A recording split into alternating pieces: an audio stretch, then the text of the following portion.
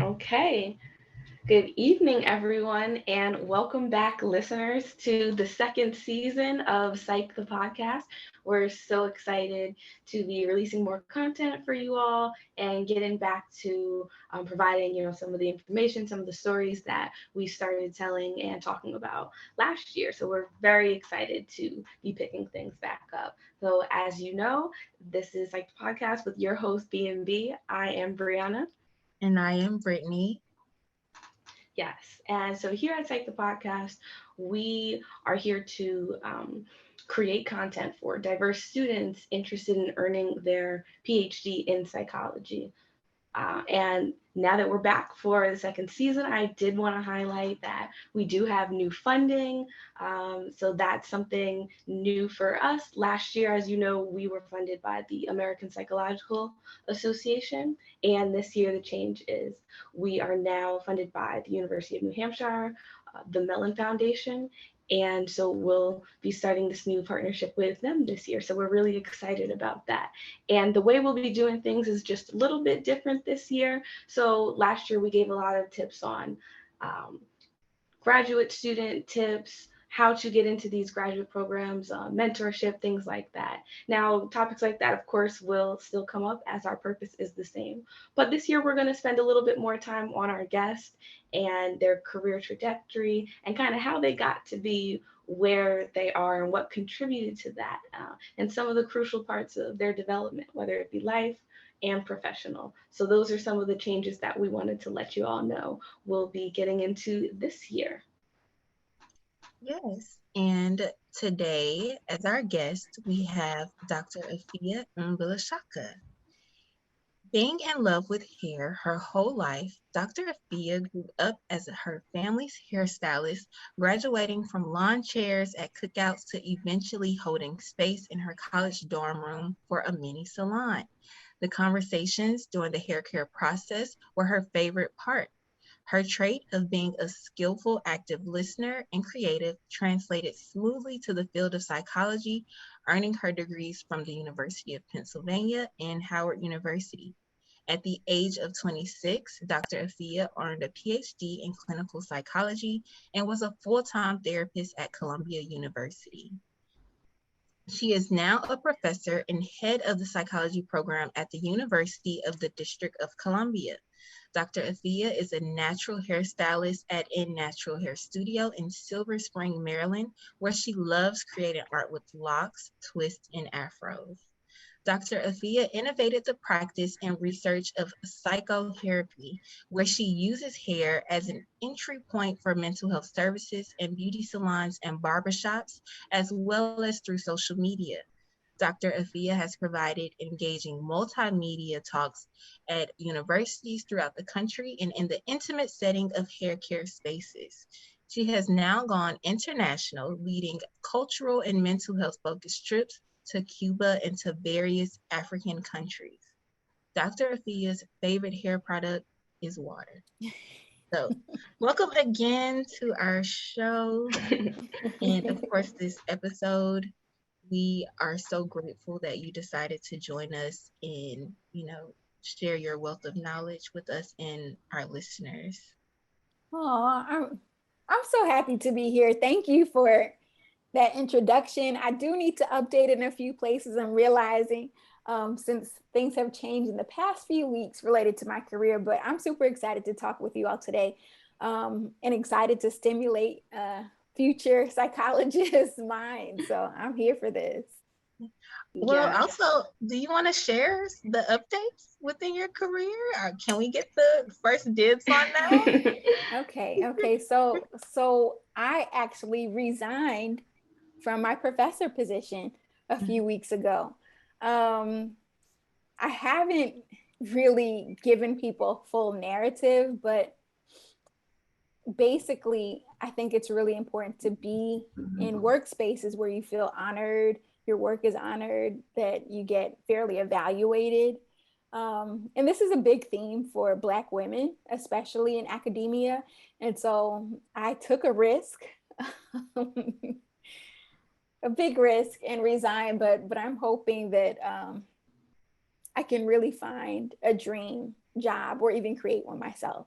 So that's the update. So yeah, the professor part right now is on pause. Well, Yes. thank you for sharing that with us, and feeling comfortable in this space to do so, even though I did kind of put you on the spot. But we are grateful. I mean, that's definitely part of the career, Yes. making transitions, finding something that you feel may be a better fit. So I think, it's also important for listeners to hear that as well. Thank you for the Definitely. affirmation. Yes, thank you so much for sharing that. And, this podcast, much of the listeners are budding clinicians, budding people that are getting into this field. So it's so powerful to hear, you taking, control of your own career and destiny and path and keeping in mind personal wants that you want for yourself, while also briefly touching on some of the challenges that you may face, especially as a Black woman in the field. So thank you so much for letting us know that. Okay, so also, just before we get into the full interview and your career in terms of counseling psychology and psychology as a whole, there was just big news that the American Psychological Association has just kind of put out an official apology for their role in contributing to systemic racism. So that was huge. So, um, Brittany, did you want to speak more about that update? Of course. So what they shared with us, the apology from APA says that they failed in its role leading the discipline of psychology, was complicit in contributing to systemic inequities, and hurt many through racism, racial discrimination, and denigration of people of color, thereby falling short on its mission to benefit society and improve lives. Wow. Okay. They also added, though, that they have long considered such an apology, but have failed to accept responsibility. This was on October 29th, 2021. So this year, not too long ago. And we're wondering, before we get into, exploring more of your career, Dr. Mbilishaka, what was your reaction to this news as a psychologist, as a Black professional? What was your response? Well, this is news to me. I did not know about this before the two of you introduced this to me today. All right. I definitely, have been a member of APA, that it was almost a requirement in graduate school to participate in that way, and just recognizing how APA has shaped the field, right, in terms of the history of what psychology is today. And so to get this apology, I don't know if they're apologizing to me or what, but I think that it's meaningful, but it just really speaks to the hypocrisy, right? I follow APA ethics as part of my licensure in multiple states. And the number one rule as a psychologist is to do no harm, right? That's the major thing. You're not supposed to harm anyone. And so they're really identifying how they have harmed people. Like, they denigrated people of color, right? In terms of even them identifying what was done to be harmful and hurtful to people of color in particular. But it's kind of like getting an apology from a bully, where it's like, oh, now you're doing this. I think I'm glad that they reflected on the consideration, and even with the shifts in leadership over the past few years, right, being people of color, taking leadership roles. But it's interesting. I read a book during the pandemic called Emotional First Aid by Guy Winch. And so in this book, there's a chapter on managing guilt. A whole chapter on managing guilt. And basically, he argues in this book that people do not go through the full recipe of what an apology includes. And so I just even want to share what an apology includes, because it's like, I'm sorry. And it's like, is that it? So he says that there are 6 parts to an apology. And again, I have not read the apology, but these are the 6 parts. It's good to take notes on it, because people will feel some sort of way if you don't go through the whole recipe. And it's like implied.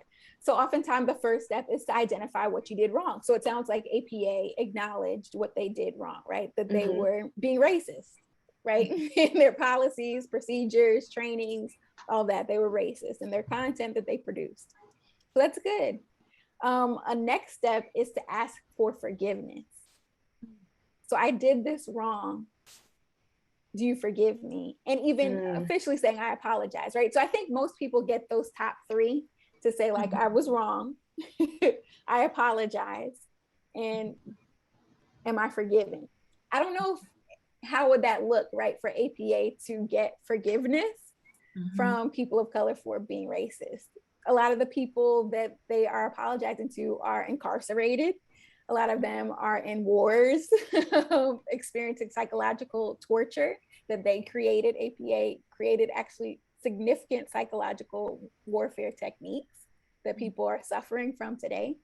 Okay, but how would forgiveness actually work, right? Then the other 3 parts of an apology, according to, again, this particular book, Emotional First Aid, includes identifying how the other person felt. Like, in terms of really identifying the emotional experience of what it was like to be wronged in this way.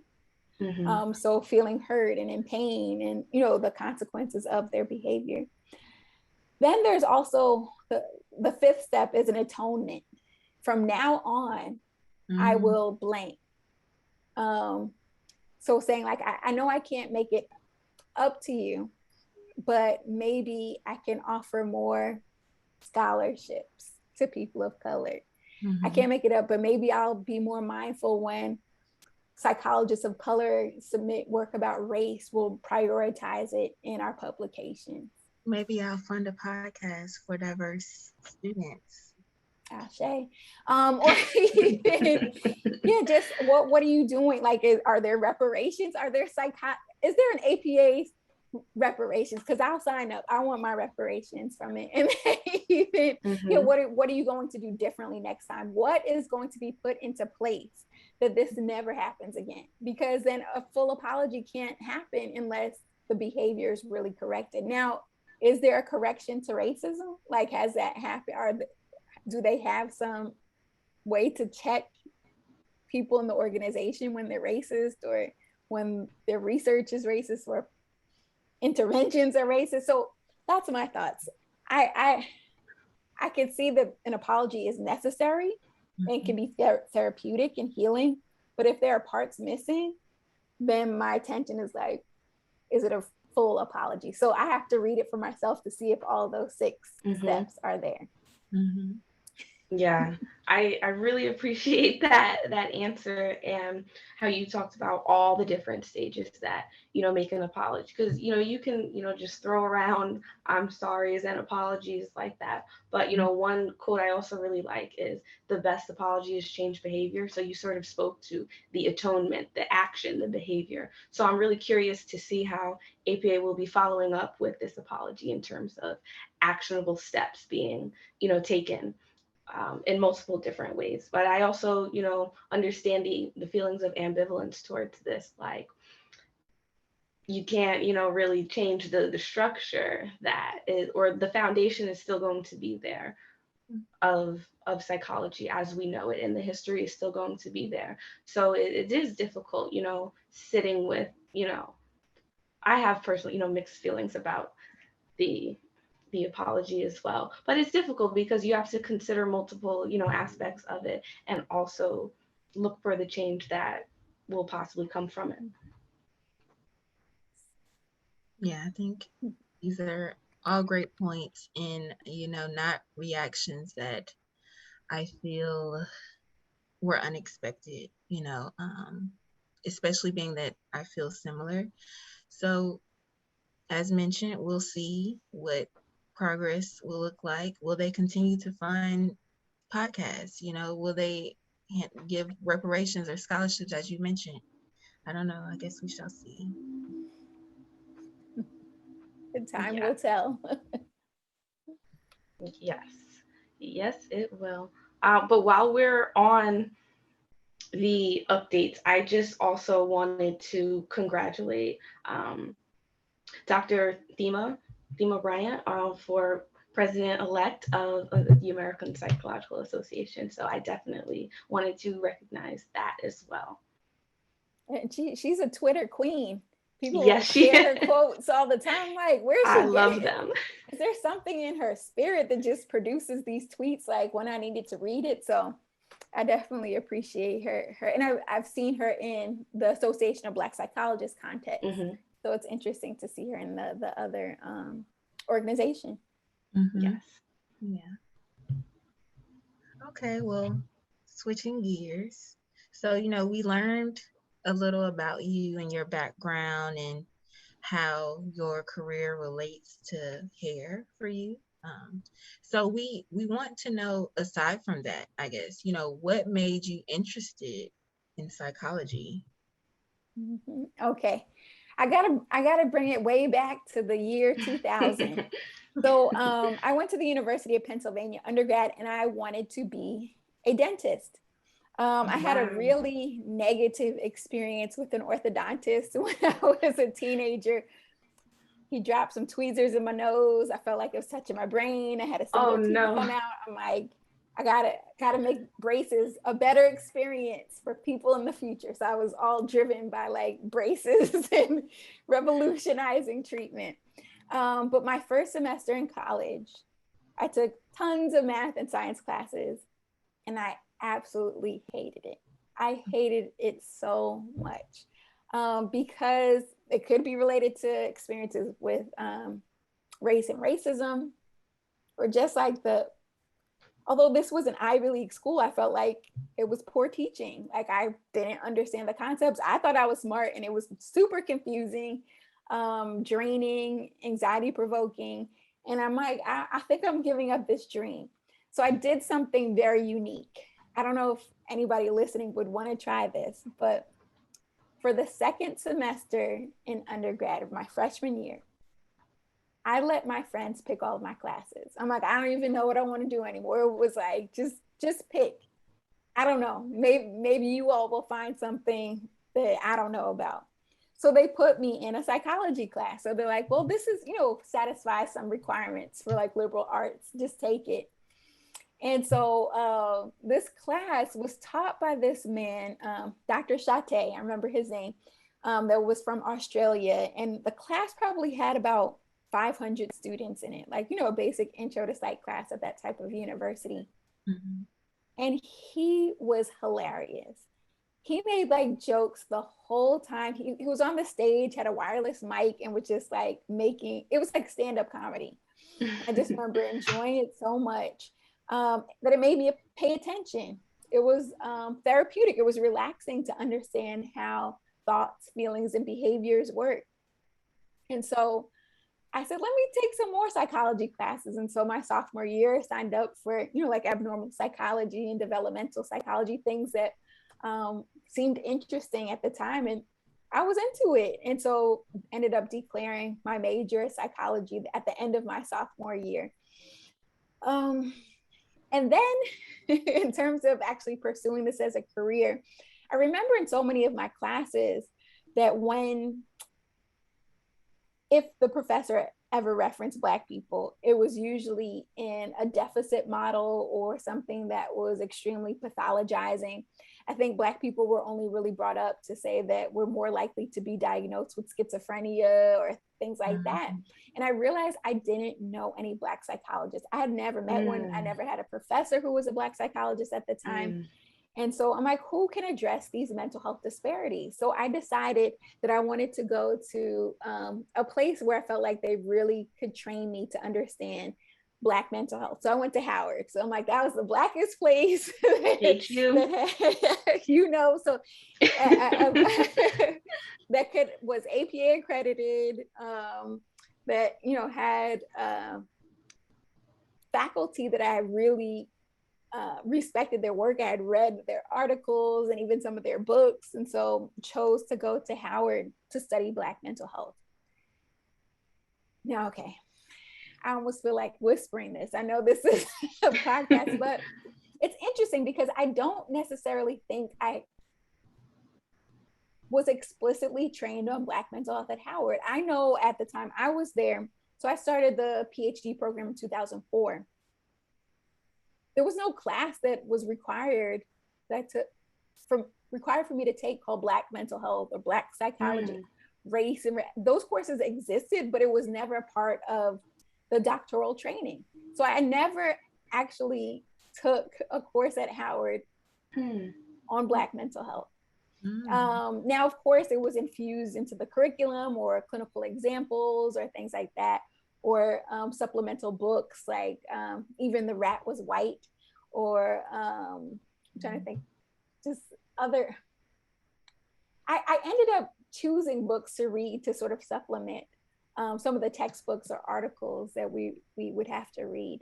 And so, yeah, I think that was my path. My mission really was to help my community because I did not know any other Black psychologists. My sister had a friend who was in a PhD program for clinical psychology. And so I thought if she could do it and she lived a few houses down from us growing up, I'm like, I could too. So she's a part of Association of Black Psychologists. And I remember when I saw her at a conference, like, you're here. So just even recognizing the importance of having a role model that I didn't even talk that much to, but to know that it was possible. All right. Definitely. Thank you for that. And I know, I think Brittany and I can relate to the experience, in our undergraduate experience going to predominantly white institutions, seeing a lack of diversity in psychology faculty. So really, it's kind of like if you didn't have it in your personal or professional life, seeing Black psychologists, they didn't really exist to you because they were like so out of reach, which is why actually in undergraduate, I got involved with the Association of Black Psychologists and chartered a Temple chapter there. Oh, nice. And yes, thank you. So that was an amazing opportunity to connect with actual Black psychologists because I just didn't see any. But again, that wasn't until my junior year. But I just wanted to ask you a little bit more about, the difference in actually like working with Black psychologists, being with students who are studying to be psychologists. And I just wanted to know a little bit more about what that transition from your undergraduate experience was to going to Howard. It was amazing. All right. Like, I feel like I have to paint this picture of, being at a predominantly white institution where I think the Black student population, although there were tens of thousands of students, was maybe about 5 or 6%. And so going to a place that was the opposite where, 5 to 6% weren't Black was a really eye-opening opportunity. I graduated from college when I was 20. I skipped the 8th grade. And so I was super young and got to DC and was 21 and had like an ID for the first time. So the social life was amazing. And it was actually through my social life that I was able to connect to researchers. So I came unfunded, didn't have any money, but I was just excited to be there. And I remember being at a cookout on Labor Day. And I was saying like, man, I don't have any money, but I'm here. I'm happy. I'm broke, but I don't have, I'm at Howard, but this is the place I'm supposed to be. And just sharing that with another student, I got a phone call within like 24 hours from a professor who was like, oh, I can fund you. I'm like, what? And this person ended up being my advisor for the whole program and funded me every year. So Dr. Cynthia Winston Proctor, she's a personality psychologist, and I was in clinical, but she wanted to work with a clinical student. And so she had an NSF grant, where she was studying the life stories of Black scientists. I didn't know anything about that. I told you I was trying to figure out these disparities in schizophrenia, right? But was recognizing that this was an opportunity for me to get really valuable mentorship from someone who clearly knew how to get funding. So she had a multi-million-dollar grant. I knew nothing about like securing funds or money, and just observing her and her this beautiful lab that was created in the medical school, where I spent a lot of time. She still accuses me of living there because I definitely had like a suitcase and everything. But the workload was intense. That I was constantly working, constantly reading, constantly writing. But everybody was Black, and I would love to even go to the library sometimes to work on my classwork and just scan the space, and everybody was in their books and just looking Black and beautiful, and just the old pictures on the walls in the health science library of like old school medical Howard like classes. And I'm just like, this is how we are. Like I really was able to affirm Black genius. Like this is who we are. Sometimes, you know, we're fed the narrative that we were enslaved in this country because of our weaknesses, but it was actually because of our strengths, right? When we think about who were at that during times of enslavement, who were the people best with medicine, it was Black people. Their understanding of plants, their understanding of rice farming, their understanding of architecture. And so that very concept that sometimes we think that it was our uselessness, but it was our genius and our power that that's why we were stolen and robbed. And so I think I would have these moments of being at Howard and psychology classes or research labs or the library, and have that recognition, like we were scholars long before colleges, like. And so I think that space, you know, attracts, as Kwame Ture or Stokely Carmichael says, every type of Black person and their opposite, right? Every type of person was there. Really amazing professors and really terrible ones. Really powerful classmates and people who were just struggling. And so I think it gave me a broader scope of like a full, how heterogeneous Black people are, and even the way that we think and function and feel and behave. So I think, again, I was pushed to my max just in terms of the workload, but I think I really benefited from it. Definitely. Yeah, I was definitely going to add that, you know, a lot of your story is very relatable.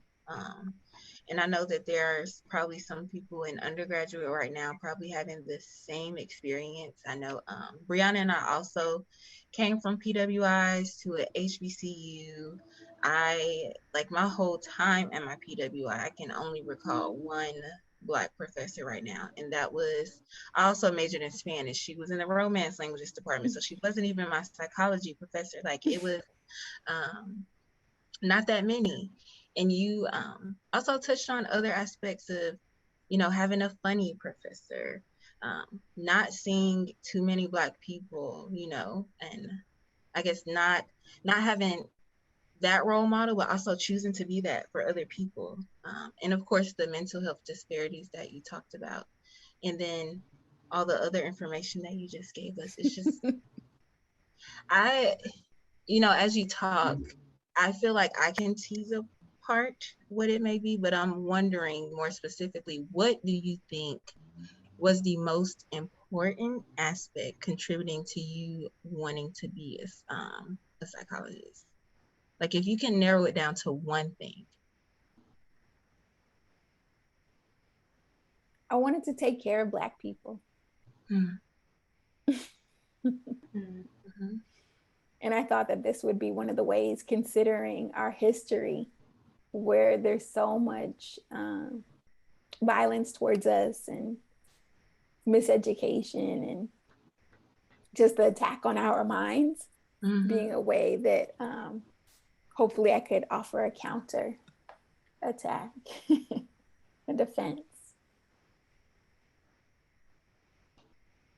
Definitely. So would you say that it's amazing to hear about the nuanced Black experience that you had at your time during your time at Howard. So would you also say that it helped you prepare to move forward as a psychologist, Hmm. a social justice oriented psychologist, like with your experience at Howard?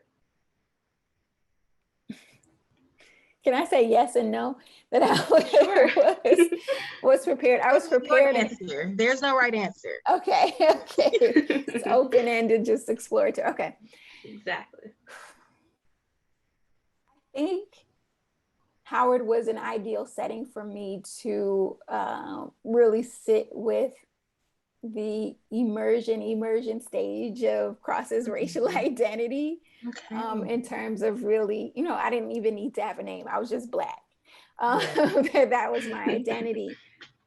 But at the same time, there are some significant flaws in terms of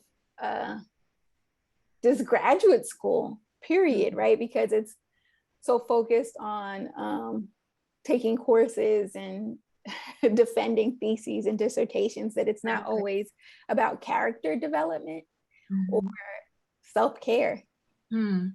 I was exhausted, and I don't think that that's necessarily a good model to perpetuate. And I remember encouraging my classmates and even my advisor to go to therapy, and she would be like, stop telling me to go to therapy. That's rude. I'm like, no, you can't be a psychologist and never address your own mental health. She was like, but I'm not a clinical or counseling psychologist. I'm like, so what? That means you probably need it even more because you're not trained to study that. And so we have a relationship still. And so she will always say to me, I'm so glad you made me go to therapy. Like just in terms of she hadn't gone, and just the amount of stress that she was under and maintaining these grants and this funding and teaching the classes and doing all of these things, that I think that the stress level kind of was taught, which can make things not sustainable to enter into the work for social justice. And so I love therapy. I'm in therapy right now. Started back during this pandemic because the weight of being a therapist during COVID was so amplified. And of course we couldn't have predicted it, but the amount of pain that psychologists have to, or clinical clinicians have to witness. I think it's important that be a part of the training as well, how to actually take care of yourself. Like I wish there was a self-care course or, these sort of things in terms of combating some of the fatigue that comes from social justice work and the continual fighting. I think one of the things now that I still struggle with, but is navigating rest. And I think that was something that was challenging in graduate school. That's, I feel like that would take this a whole nother direction, but I was also wondering, when you're speaking about rest, is that also related to your identity as a Black woman? Which I'm sure it is, but you brought up a lot of things, especially about the pandemic, making sure that we are seeking the same things we are advocating for, aka therapy. I had a client over the pandemic, and of course, like, it was very different for us with, George Floyd, Breonna Taylor coming to light and all of those things. And I was seeing kids at the time, and I had a client ask me, why are the police shooting Black people? And I'm like, I can't do this today. Like, and that's just how it is. But I think when you speak to the exhaustion, like, that's part of it. And then to all the listeners who I'm sure you all don't know, this is our first episode this season, but I proposed my dissertation. I'm in the middle of applying to internships. So this has been a very stressful, exhausting year. And And I do hate that that is part of the process, right? But also part of that is on me and, you know, not taking care of myself and starting things earlier. Because had I started earlier, I would have felt better, you know, about certain things. So that's also, you know, part of that engaging in self-care is knowing that you also could have done things better to be be better for yourself and for others. Mm-hmm. I know, Brianna, you're also probably going through some exhaustion. That's part of the Oh, process. sure. Sure. I am, really happy that you both brought up, the point of exhaustion. Sometimes I think it's normalized to a point where it's, expected to be the only option is to suffer and struggle in graduate school. And I think sometimes, other like enjoyable moments or just living in part of the process, growing and learning gets overshadowed by the amount of work, the pressure to perform and produce constantly. And, as Brittany had mentioned, even with the client she had during, serious racial tension in the world, is not only holding that space for clients, but a space for us to process and deal with social justice issues that are affecting us personally. Holding the space for the client and yourself, and doing all the requirements of graduate school and your coursework and things like that. It is so much, to manage and to juggle.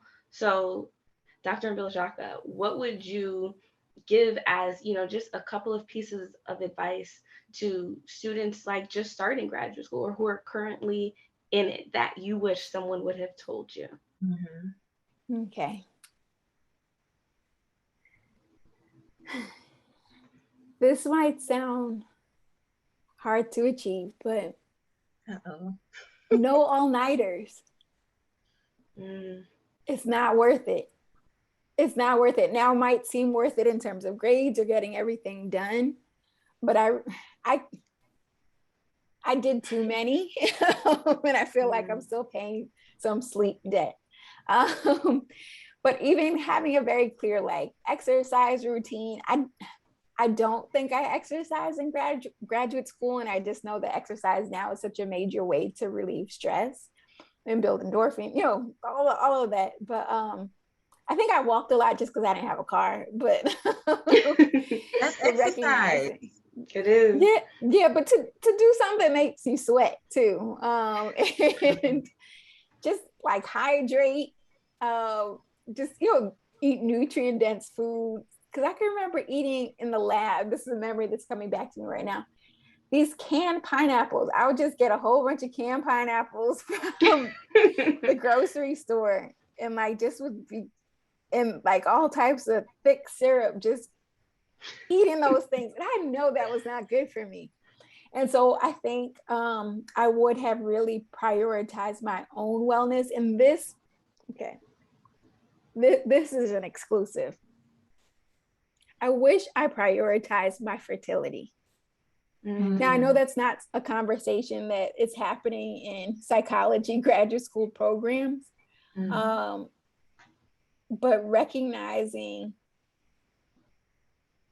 that by being so school and career focused, sometimes we deprioritize family planning and things like that. So now in my, career, I'm like, oh, kids, yes, those, recognizing those things to do that. So even I'm thinking back to my graduate school advisor, she always would say, oh, I should have had kids. Oh, I should have, like, this was her lamenting publicly about how she wished she had prioritized creating a family. But it wasn't until after I got married and after, I think she got married after me, that she ended up having a child. But y'all, I'm putting her business out there. She had a child and was like 47 years old. And it was a surprise because she was like, I didn't even think this could happen. Wow. But I just remember her saying, like, to me, be mindful of like your reproductive health. And I know that that's kind of a different direction than maybe what you expected me to say. But if I could go back, valid. I'd pay more attention to like family planning. Mm. Right. That is definitely something to consider, especially, Brittany's cohort is all women. My cohort is all women. So usually that is typically the trend. So it is something that, if that is the route we want to go in and plan a family, something that we do need to consider. So thank you for that. Yeah. Welcome. I mean, it's kind of ironic. I was having this conversation with one of my friends last night. Like, I wouldn't feel as pressured about a lot of things if there wasn't a biological clock on me and, having healthy children. Not saying that you can't beyond a certain age, but that it gets harder. Yeah, your peak reproductive value is 25, right? And it just goes down from then. Yep. So I'm just saying that's the ship is sailing, okay? Sailing. But it's definitely with family is my research interest. Okay. Like I have a desire to work with families and couples in my clinical work as well. So it is something that my family is important to me.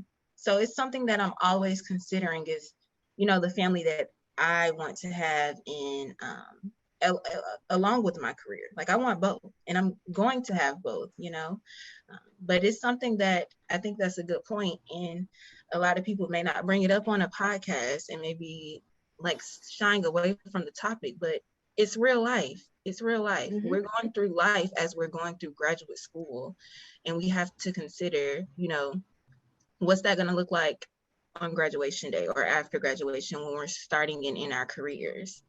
So I think that's a very valid point.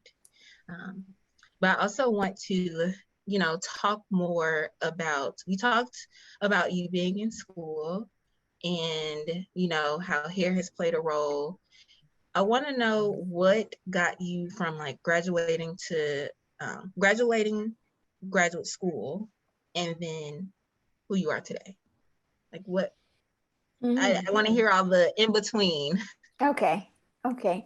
Yeah, well, I definitely continued my training and did a postdoc at Columbia University to get licensed, because I think sometimes in graduate school, they don't always talk that much about the EPPP, so the examination for the practice of professional psychology and the intensity in which you need to study for that exam. I've actually looked at the rates for Howard just because they give you the data, what percentage passes. So at other schools, let's say it's like a 60, 70% passing rate. At Howard, I remember looking, it was like 30%.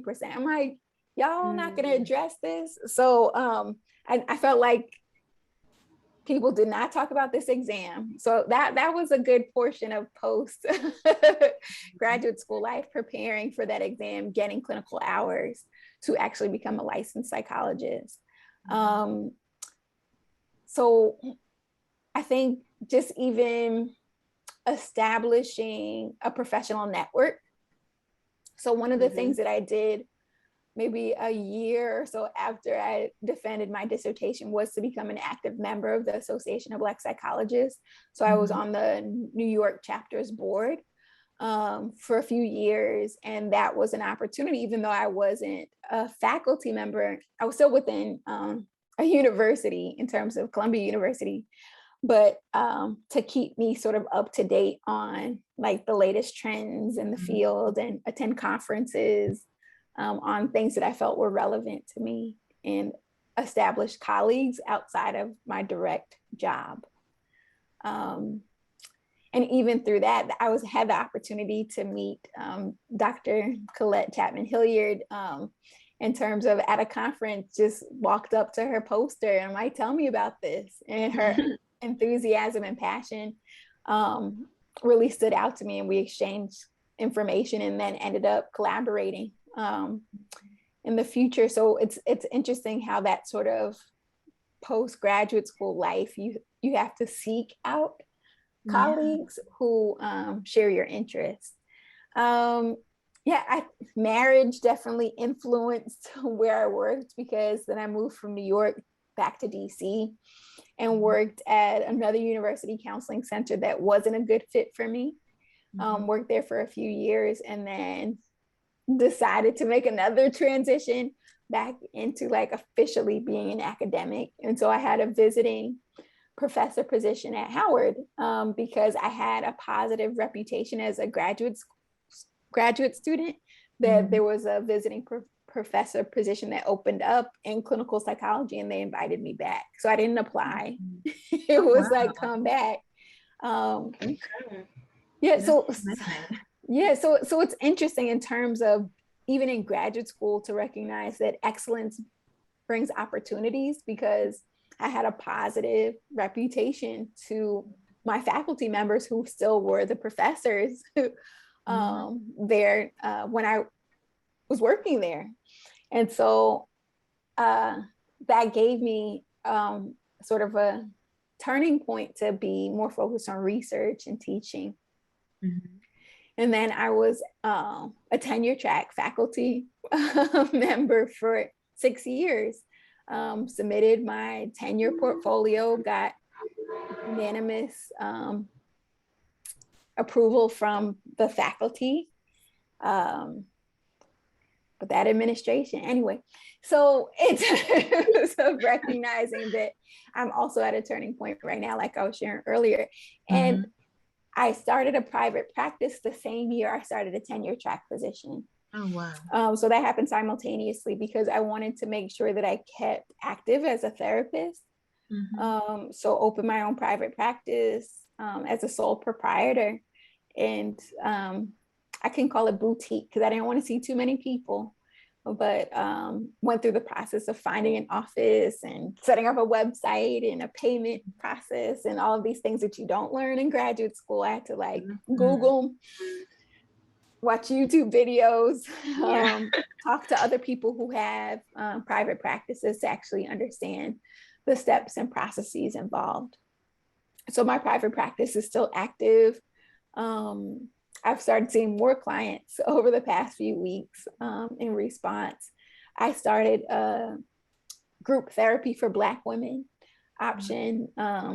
Just on the first session was Monday. It's virtual and it was beautiful. And so really thinking about what my initial agenda was in becoming a psychologist was to care for Black people's mental health. And I think that I've been able to do that through the private practice. And then of course, psychotherapy, which has now emerged into a business. So it's Psychotherapy LLC in terms of training stylists and barbers in mental health first aid, using social media to promote mental health and wellness through hair. And I actually have a certification program for people to go through, whether you're a therapist or a hair care professional or a student, that you can become certified in psychotherapy. Oh, wow. So I may need that on the side. I got you. I need that. And so recognizing that a lot of times Black people don't go to psychologists and are way more likely to get their hair done.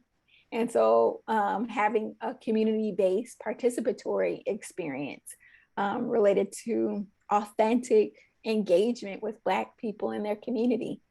And so I think that wasn't something, again, that I was ever taught in school, but it was the recognition of a need that I thought and still think I can fill. Yes, that is definitely powerful, and it's really so interesting to see how you use some of your passions that people don't usually expect to put together. So, like traditionally, you wouldn't think that, a hairstylist and a psychologist can, exist within the same person or exist in ways that, work together but when you actually think about the community of a barbershop or the community of a hair salon and what we do and how we share in community there, it does make sense. But it's really interesting how not only in your practice but in research that you've been able to explore this and fill that much needed niche that's there and needs to be filled. I actually was just I have Dr. Camilla Winston as a professor now for, Oh, yeah. yes. So we're reading her colorism book that you actually have, Chapter a 12. chapter. Yes.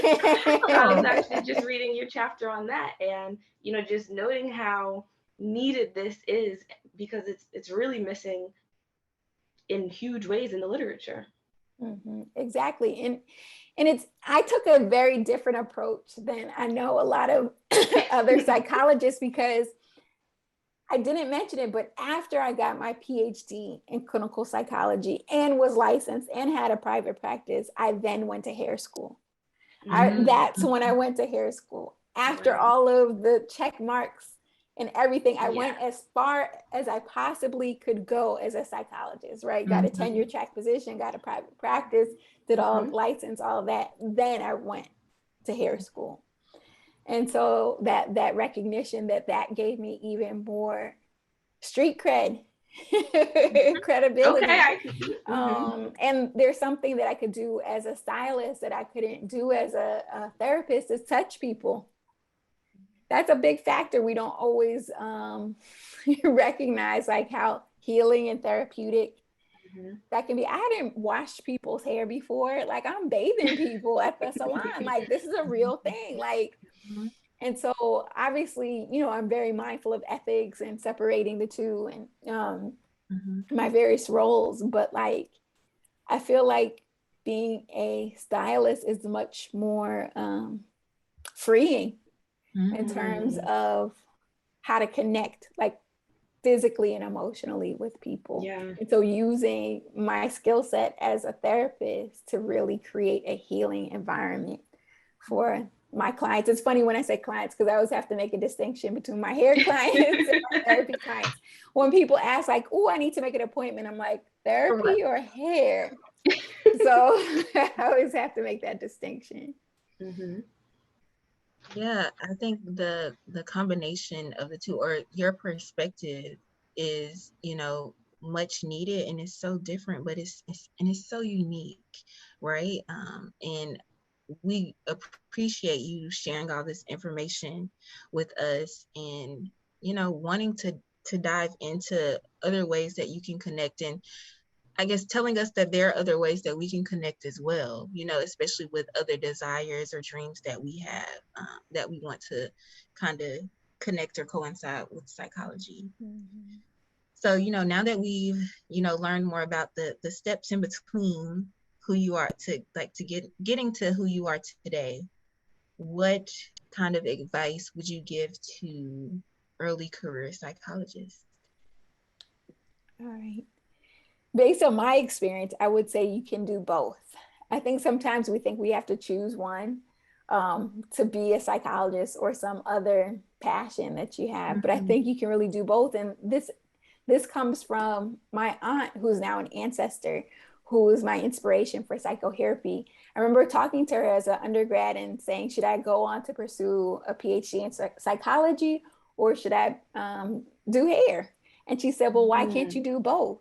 Now, I don't think she meant for me to do both at the same exact time, but that's the way I interpreted it. It made sense. Like, oh, I can do hair and therapy together.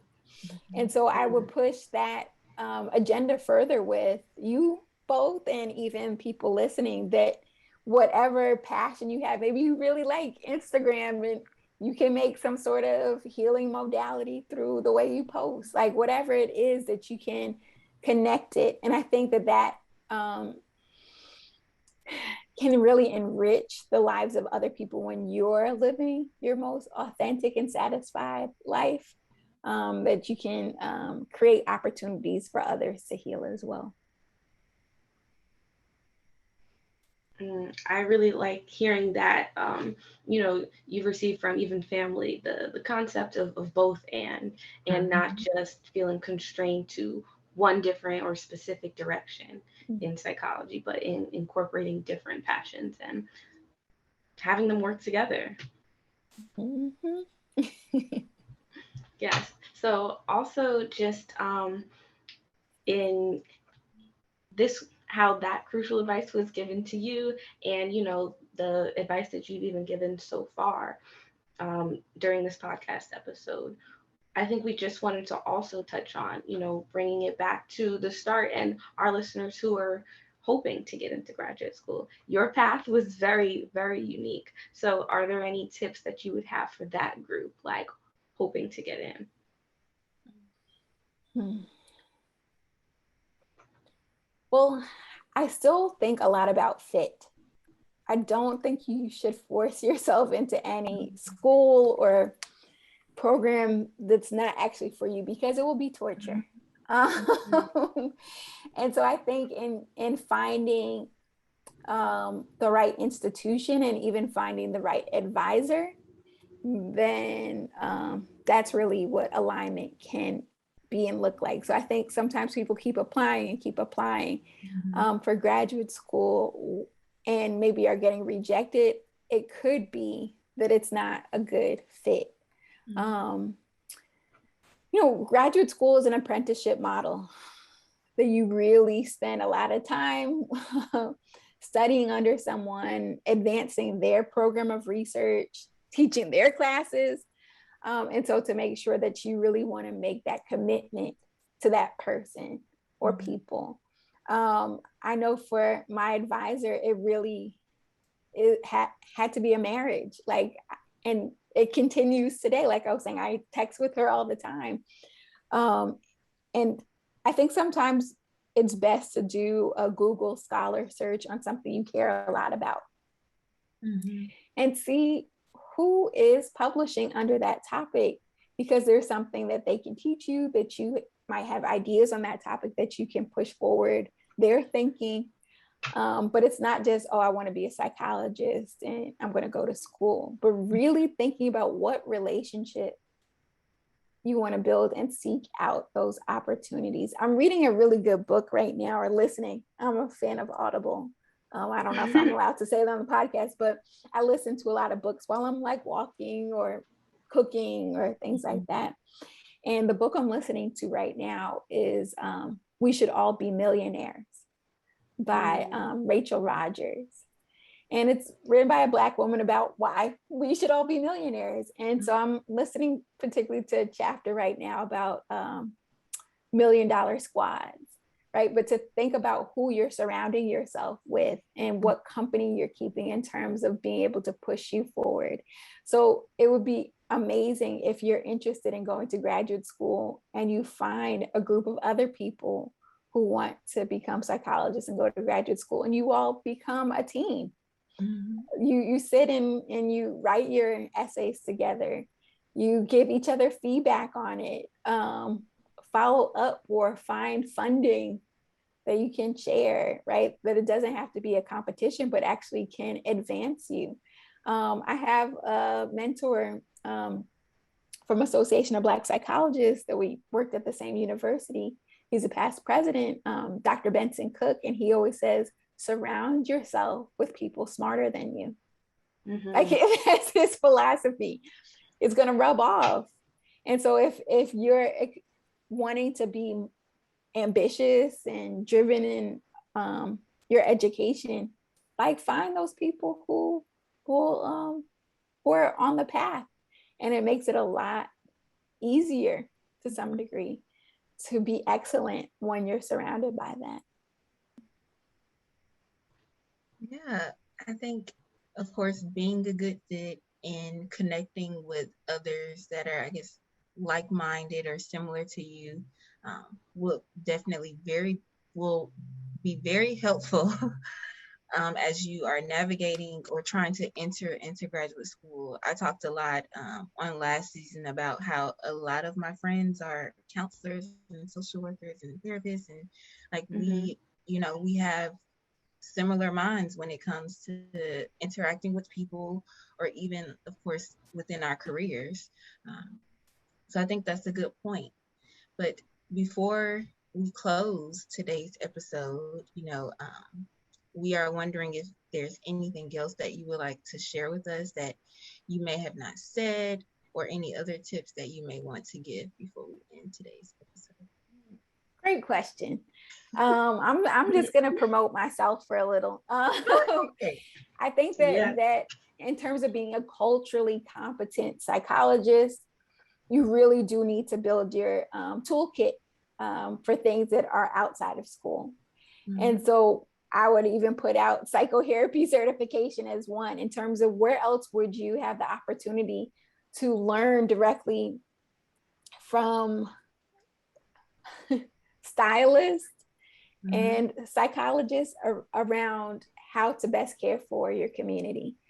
And so I'm just plugging it. If you check out psychotherapy.org, you can register for one of our courses or get certified. There's a lot of opportunities to, again, be constantly building your skill set. You do not need to have a PhD in psychology to be helpful or a healer. And so if you're not in a program yet, you can start building skills this very moment on active listening, on mm-hmm. research methods. Like the YouTube University is amazing, but also having direct contact with people who are experts and having informational interviews with them is a really great way to learn and build a network.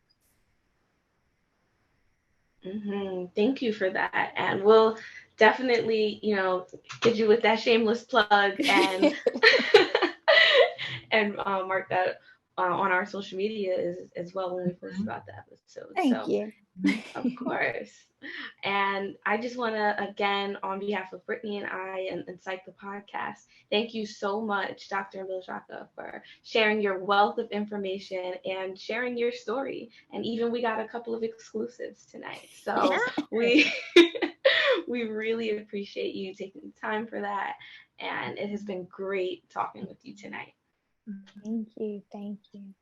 And I also want to add this piece about your authenticity, your realness throughout this whole interview has spoke to me specifically, and I know that it'll speak to our listeners. And again, we just want to thank you for being a guest and being yourself, and of course, sharing everything that you shared with us. So a reminder to our listeners, be sure to follow us on social media, on Facebook, Instagram. We are Psyched Podcast, and you can catch us on all streaming platforms and YouTube. This podcast is available everywhere. Again, thank you, Dr. Mbilishaka. Thanks.